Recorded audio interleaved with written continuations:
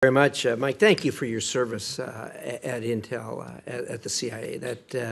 That's been great. For those of you on the committee, Senator Rubio and I are the only two that have the cross-pollination, I guess. We have the great privilege of serving on the Intel committee, and we hear from the heads of all of the 17 agencies that we have that engage in intelligence matters.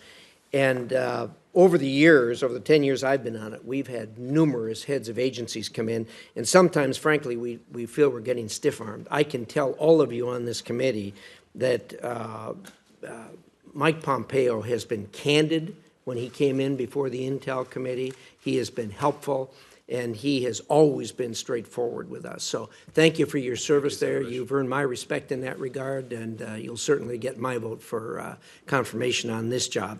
I think that that service as head of the CIA is going to serve you very well, as you know. It served me very well on this committee, having some of that in-depth knowledge that you don't necessarily get in the public media. Head of the being Secretary of State is unique, I think, as far as the agency heads are concerned. You first of all have the public duties, and has been referenced here. It's a very high-profile job in that you go around the world being the face of America and doing the kinds of things that you do. And your predecessor was very good at that. I thought he carried the flag as well as anyone could carry it. This job, however, as Secretary of State, has a couple other facets to it that you have to do at the same time, and it's hard to keep all the balls in the air. One of them, of course, is being part of the management team with the President as far as managing really the United States. And thirdly, and I think very importantly, is the actual management of the bureaucracy. And I don't use a bureaucracy here in a pejorative way.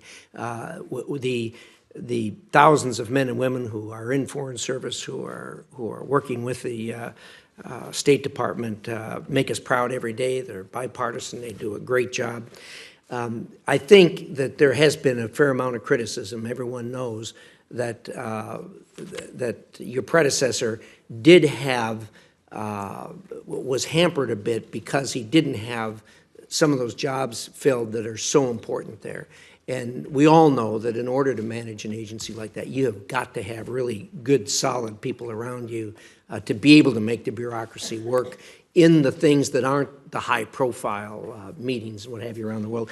Could you give us your thoughts, give us all of us your thoughts on how you're going to go about that, because it needs some work. There's no question about it, and it's going to make your job better. It's going to make the State Department work better. So could you give us your thoughts on that? Senator, first, thank you for your kind words. I did, as the CIA director, I have consistently tried to work closely with you and provide you everything that you've asked for in a timely fashion. I think we've succeeded often, if not always, and we've worked diligently at it. I promise to do that with this committee as well.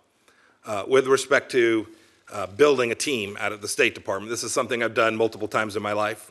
I did it as a tank platoon leader. I did it as a cavalry troop. I did it for 2 small businesses in Kansas. And then I worked hard at it at CIA. I'll leave to others to judge the success. But I did it because I knew it was an imperative.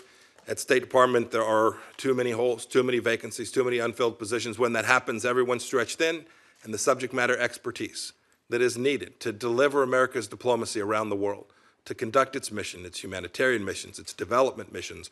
Each of the missions to which are entrusted to the State Department require talented people on station doing their part, working alongside it. The way I'll think about it is the same way I did at the CIA. I'll start with those things that I think are the biggest gaps and present the biggest risk to America's capacity to execute its diplomacy. We don't yet have an ambassador in South Korea. We need one.